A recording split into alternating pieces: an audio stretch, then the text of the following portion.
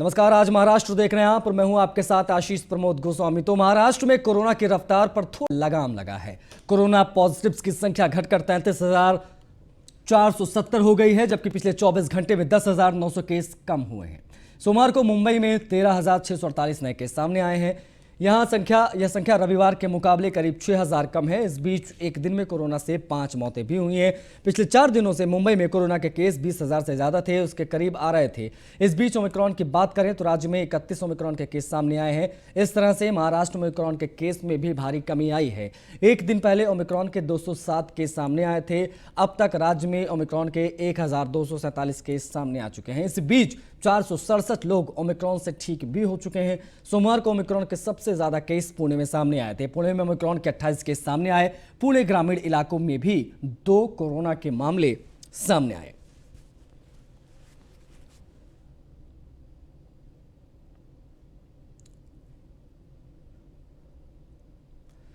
मुंबई और महाराष्ट्र में कोरोना के नए मामलों में सोमवार को भी कमी देखने को मिली। दरअसल सोमवार के दिन मुंबई के लिए राहत भरा रहा।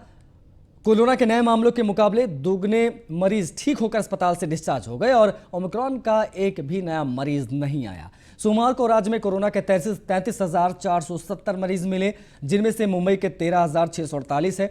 मुंबई में 27,214 मरीज डिस्चार्ज हुए हैं। रविवार के मुकाबले सोमवार को 70% अधिक मरीज डिस्चार्ज हुए हैं। महाराष्ट्र कोविड टास्क फोर्स के मुताबिक इस सप्ताह कोरोना मामलों के लिहाज से बेहद महत्वपूर्ण है। यदि इस सप्ताह में कोरोना के केस कम होंगे तो लोगों के लिए एक अच्छा संकेत हो सकता है। हालांकि कम टेस्टिंग की वजह से कुछ भी स्पष्ट नहीं हो सकता। टेस्टिंग बढ़ाए जाने पर मामलों के बढ़ने की भी आशंका है।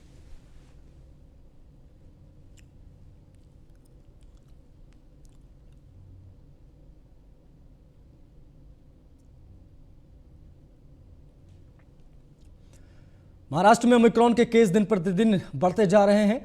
औरंगाबाद में कोरोना पॉजिटिव्स के एक ही दिन में 300 से अधिक नए केस सामने आए। बता दें कि महाराष्ट्र में कोरोना पॉजिटिव्स के आंकड़े अधिक हैं, जिसके चलते राज्य सरकार की ओर से कड़े निर्देश और नियम भी जारी किए गए हैं। राज्य सरकार नियम तो बनाती है, पर इन नियमों को अमल में लाने की जिम्मेदारी प्रशासन की होती है। लेकिन औरंगाबाद में सामान्य नागरिक और ना ही प्रशासन इन नियमों के बारे में सतर्क नजर आ रहे हैं, जिसके चलते औरंगाबाद में एक ही दिन में कोरोना पॉजिटिव्स का आंकड़ा 300 के पार हो गया है।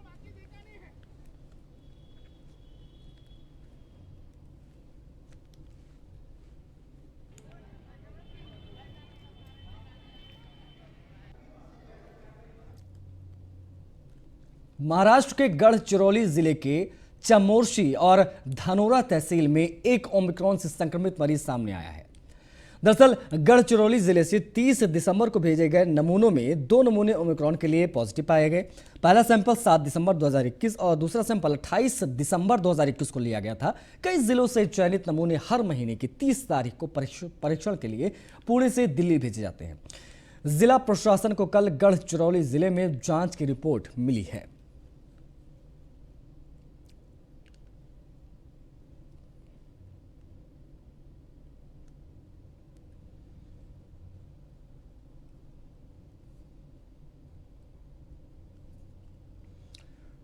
महाराष्ट्र के परभड़ी गंगाखेड़ से विधायक doctor Ratnakar Gutte corona positive पाए गए हैं। यह चिंता का विषय है, लेकिन इससे भी बड़ी चिंता की बात यह है कि कोरोना पॉजिटिव पाए जाने के 24 घंटे पहले राज्य के एक पूर्व मुख्यमंत्री और वर्तमान पीडब्ल्यूडी मिनिस्टर अशोक चौहान समेत एक एमपी, 5 विधायक और एक पूर्व विधायक के साथ बैठकर खाना खाया था।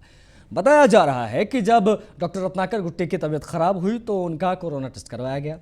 उनकी कोरोना टेस्ट रिपोर्ट पॉजिटिव आई है। कल उनके क्षेत्र गंगाखेड़ में रेलवे फ्लाईओवर के उद्घाटन के दौरान अशोक चौहान, सांसद संजय जाधव, विधायक अमर राजूकर, विधायक बाबाजानी दुर्रानी, विधायक सुरेश वरपुडकर, विधायक डॉक्टर राहुल पाटिल और जितेश अंतापुरकर और पूर्व विधायक डॉक्टर मधुसूदन केंद्र मौजूद थे। इनके साथ बड़ी संख्या में सार्वजनिक निर्माण विभाग के अधिकारी और कर्मचारी भी उपस्थित थे।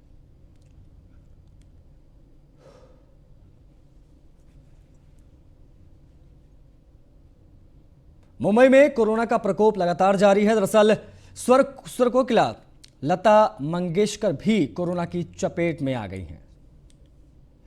बताया जा रहा है कि उन्हें संक्रमण के हल्के लक्षण हैं, लेकिन एहतियात के तौर पर ब्रीच-कैंडी हॉस्पिटल के आईसीयू में उन्हें भर्ती किया गया है।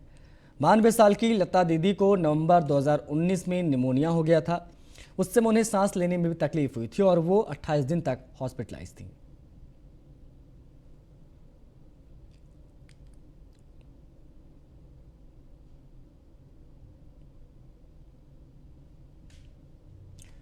देश में एक बार फिर से तेजी से कोरोना के केस बढ़ रहे हैं। हाल ही में कई बॉलीवुड सेलेब्स भी इसकी चपेट में आ चुके हैं। इन सेलेब्स की लिस्ट में अब एक्टर ऋतिक रोशन की एक्स वाइफ सुजैन खान का भी नाम जुड़ गया है। इस बात की जानकारी खुद सुजैन खान ने सोशल मीडिया के जरिए पोस्ट करके दी। सुजैन ने अपने एक फोटो शेयर क्लिक कर उसमें लिखा कि कोविड-19 को 2 साल तक चकमा देने के बाद तीसरे साल 2022 में जिद्दी ओमिक्रॉन वेरिएंट ने आखिरकार मेरे इम्यून सिस्टम में घुसपैठ कर ली है। कल रात मेरा कोविड-19 के ओमिक्रॉन वेरिएंट का टेस्ट पॉजिटिव आया है। कृपया सुरक्षित रहें, पूरी लगन से अपना ख्याल रखें, ये बहुत संक्रामक है।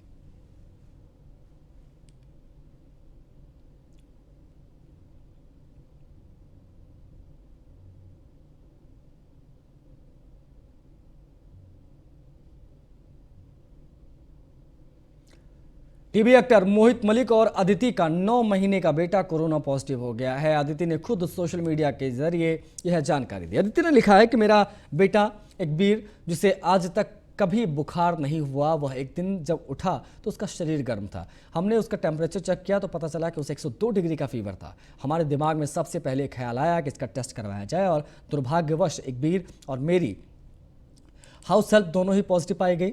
शुरू में तो मैं चौंक गई, सोचने लगी कि सब कैसे हो गया। तब मोहित और मैंने डिसाइड किया कि हमें इसे सकारात्मक रूप से देखना होगा। एकबीर इस वायरस से लड़ेगा और ठीक होगा। पिछले साल जनवरी में इसी हफ्ते इसी वक्त मैं और मोहित भी पॉजिटिव हुए थे और उस वक्त मैं 7 महीने की प्रेग्नेंट थी और इस साल मेरा बेटा से जूझ रहा है। बच्चे अपने पेरेंट्स की चिंता और घबराहट को जल्दी पकड़ लेते हैं। हमें भी 2 से 3 घंटे लगे, लेकिन हमने तय किया है कि एकबीर के लिए घर खेलने लायक होना चाहिए।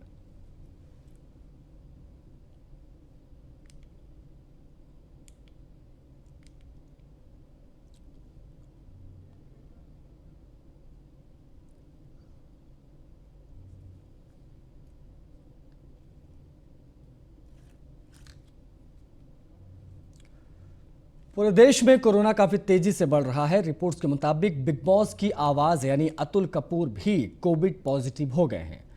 अतुल ने खुद को क्वारंटीन कर लिया है। बता दें कि सेट के बाकी लोगों को भी उनका भी टेस्ट करवाया गया है और उनकी रिपोर्ट का इंतजार है।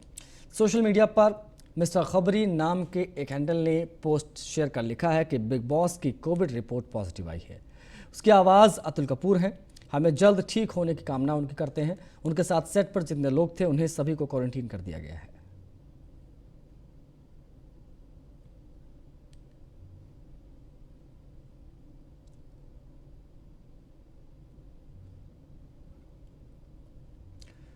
बुलीबाई ऐप मामले में गिरफ्तार किए गए पहले आरोपी विशाल कुमार झा कोरोना पॉजिटिव पाए गए हैं। विशाल का कोविड टेस्ट कराया गया था जिसमें उनकी रिपोर्ट पॉजिटिव आई है, जिसके बाद उन्हें क्वारंटीन सेंटर में भर्ती कराया गया। दरअसल आरोपी विशाल कुमार झा के मुताबिक कोरोना वायरस से संक्रमित होने की पुष्टि होने पर 24 जनवरी तक के लिए न्यायिक हिरासत में भेज दिया गया है।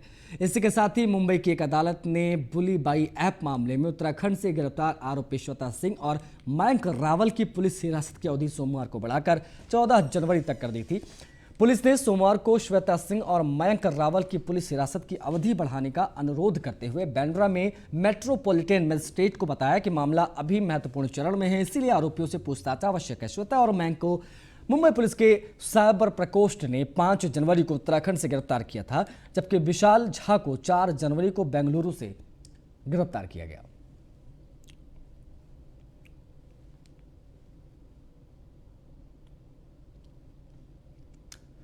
महाराष्ट्र में कोरोना की भयावह स्थिति के बीच नागपुर के बाजार में बड़ी संख्या में अभी भी भीड़ देखने को मिल रही है। दरअसल नागपुर के सीताबड़ी मेन रोड पर सैकड़ों की संख्या में लोग खरीदारी करने पहुंच रहे हैं।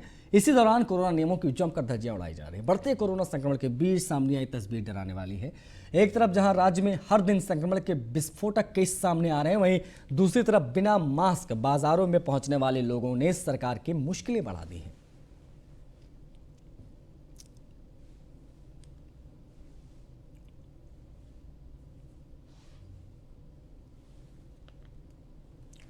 कोरोना के बढ़ते खतरे को देखते हुए जालना जिलाधिकारी डॉक्टर विजय राठौड़ ने जिले में धारा 144 लागू कर दी है, जिसके मुताबिक सुबह 5 बजे से रात 11 बजे तक 5 अधिक नागरिक एक साथ एक जगह पर जमा नहीं हो सकते।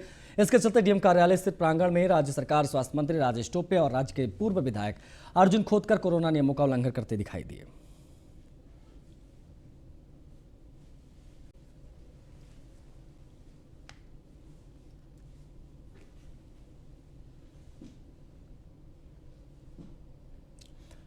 रायगढ़ की बात करेंगे तो रायगढ़ में हर दिन हजारों कोरोना के केस मिल रहे हैं। इसमें नागरिकों और जिला प्रशासन की चिंता भी बढ़ गई है।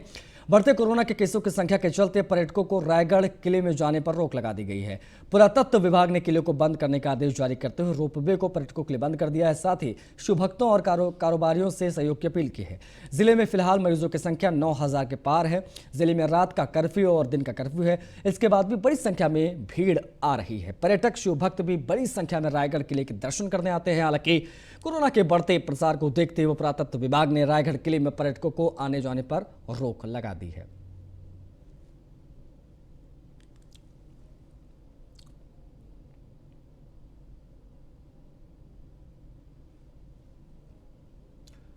गोवा विधानसभा चुनाव को लेकर कांग्रेस ने शिवसेना सांसद संजय राउत को जोर का झटका धीरे से दिया। दरअसल महाविकास आघाड़ी सरकार गोवा में फेल होती नजर आ रही है। कांग्रेस ने अपने उम्मीदवारों की दूसरी लिस्ट जारी कर दी है। इससे यह स्पष्ट होता दिख रहा है कि कांग्रेस की गोवा में महाविकास आघाड़ी का प्रयोग दोहराने में कोई रुचि नहीं है। संजय राउत लगातार यह दावा करते रहे हैं कि कांग्रेस, एनसीपी और शिवसेना मिलकर बीजेपी को धूल चढ़ा सकते हैं, लेकिन कांग्रेस ने शिवसेना को यह साफ जता दिया है कि पिछली बार विधानसभा चुनाव में कांग्रेस सबसे बड़ी पार्टी बनकर उभरी थी। यह अलग बात है कि बीजेपी ने सरकार बना ली। इस बार संजय राउत लगातार राहुल गांधी और प्रियंका गांधी से भी मिल रहे थे।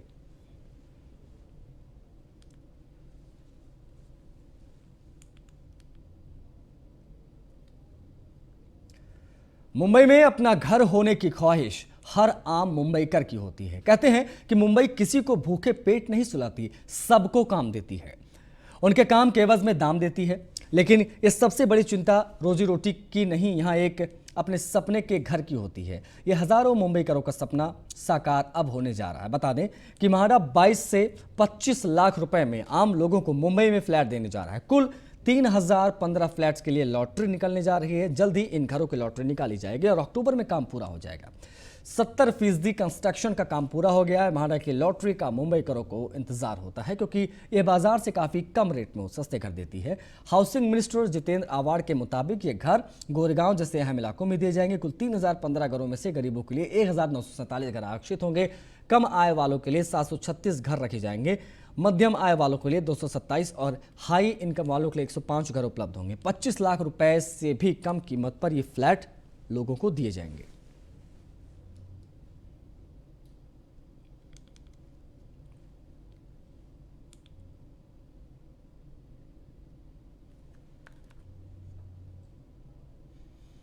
तो रायगढ़ और रत्नागिरी जिले को जोड़ने वाला अम्बेद पुल यातायात के लिए बंद कर दिया गया है। वहीं अचानक हुए फैसले से वैकल्पिक व्यवस्था नहीं होने के कारण गांव के लोग चिंतित हैं। बता दें कि रायगढ़ और रत्नागिरी के 2 जिलों को जोड़ने वाले दिवंगत मुख्यमंत्री ए.आर. अंतुले के जन्मस्थल अम्बेद में 1973 में सावित्री नदी और बांकोट खाड़ी पर पुल का निर्माण किया गया था। जिला कलेक्टर डॉक्टर महेंद्र कल्याणकर ने 10 जनवरी से 10 फरवरी तक सावित्री में ब्रिज पर सभी प्रकार के यातायात को बंद करने के आदेश जारी किए हैं, ताकि पुल की मरम्मत और किसी भी दुर्घटना को रोका जा सके। हालांकि सावित्री नदी पर बने अम्बेद पुल के अचानक बंद हो जाने से यह सवाल खड़ा हो गया है कि अब यात्रा किस रास्ते से की जाएगी।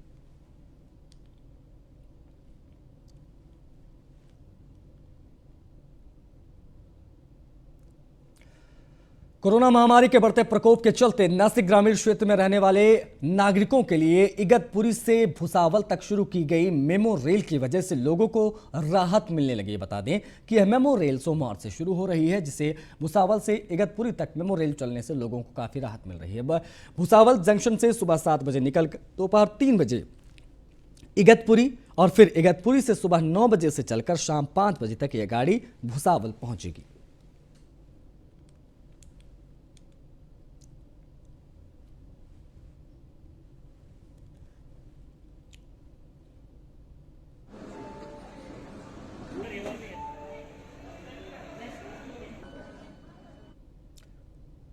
एक्टर रोनित रॉय जल्द ही टेलीविजन पर अपना कमबैक करने जा रहे हैं। बताया जा रहा है कि रवि दुबे और शर्गुन मेहता के प्रोडक्शन में बन रही आगामी टीवी शो स्वर्ण घर में रोनित पतौ लीड एक्टर नजर आने वाले हैं। रोनित रॉय टीवी पर एक रेगुलर भूमिका निभाते हुए काफी समय हो गया है और ऐसा इसलिए कि वह एक कलाकार के रूप में असंतुष्ट महसूस नहीं करना चाहते हैं। इसी बीच जब मेकर्स ने उन्हें अप्रोच किया तो उन्होंने शुरुआत में ही रोनित को आश्वासन दिया कि उनका किरदार बहुत स्ट्रांग होगा, साथ ही ये फाइनाइट साइज होगी जिसमें कहानी को ज़्यादा खींचा नहीं जाएगा। रोनित ने अपना फैसला बताने में थोड़ा वक्त लिया, लेकिन आखिरकार मेकर्स की उन्हें कास्ट करने की इच्छा पूरी हो गई।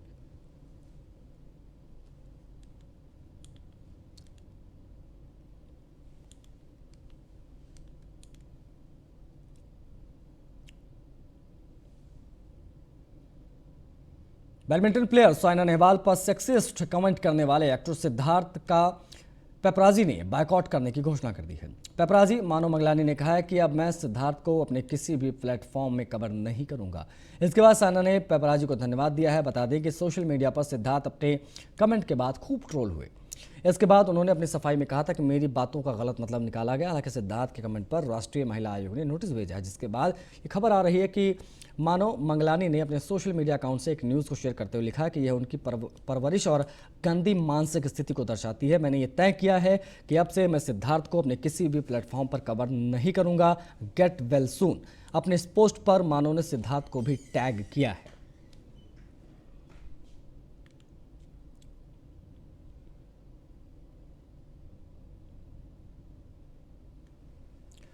फरहान अख्तर के डायरेक्शन में बन रही फिल्म जी ले जरा में एक्टर विकी कौशल और कटरीना कैफ पहली बार एक साथ नजर आने वाले। रिपोर्ट्स के अनुसार मेकर्स ने फिल्म के लिए विकी कौशल को अप्रोच किया है।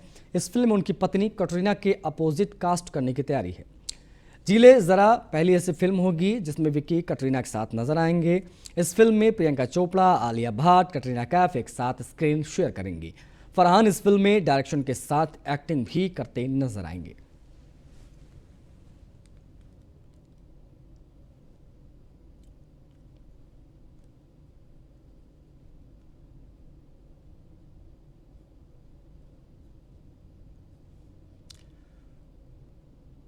एक्ट्रेस अनुष्का शर्मा और क्रिकेटर विराट कोहली की बेटी वामिका का आज पहला बर्थडे है।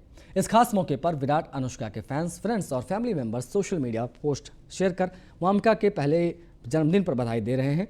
अनुष्का के भाई कर्णेश शर्मा ने स्पेशल पोस्ट शेयर कर अपनी भांजी को बर्थडे विश किया। मामा कर्णेश शर्मा ने वामिका की विराट और अनुष्का के साथ की कुछ फोटोज का एक कोलाज शेयर किया है। हैप्पी ग्रोइंग अप किडो।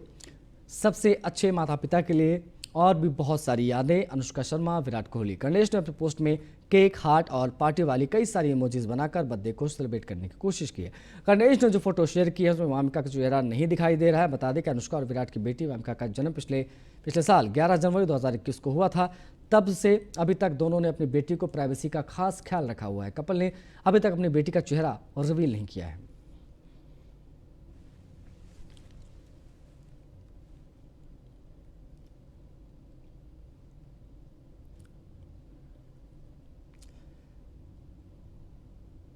टीवी के चर्चित रियलिटी शो बिग बॉस के 15वें सीजन में दर्शकों को रोजाना कई ट्विस्ट एंड टर्न देखने को मिल रहे हैं। ऐसे में शो के बीच एपिसोड में हुए एलिमिनेशन ने दर्शकों को बड़ा झटका दिया। दरअसल शो के बीच एपिसोड में मेकर्स ने फिनाले वीक में अपनी जगह बना चुके उमर रियाज को घर से बेघर कर दिया। बेघर होने के बाद उमर रियाज ने कोरियोग्राफर गीता कपूर के प्रोफेशन पर सवाल उठाए तो सोशल मीडिया ने उन्हें करारा जवाब दिया। कई फैंस ऐसे भी हैं जो उमर के उस सर्वेक्षण पर सवाल उठाते हुए अपनी नाराजगी जाहिर कर रहे हैं।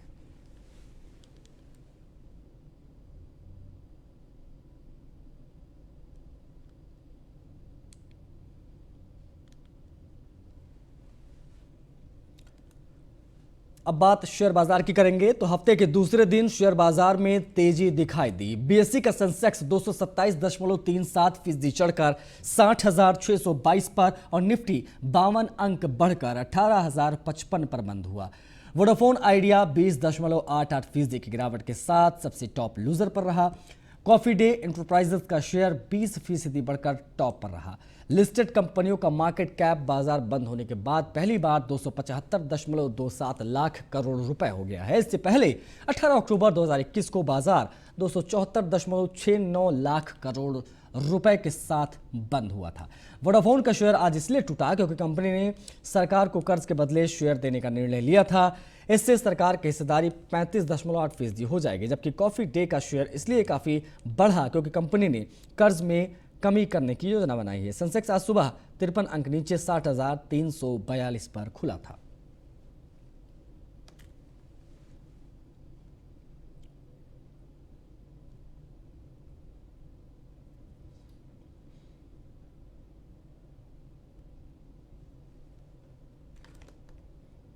चलिए इसी के साथ इस बुलेटिन में फिलहाल इतना। नमस्कार।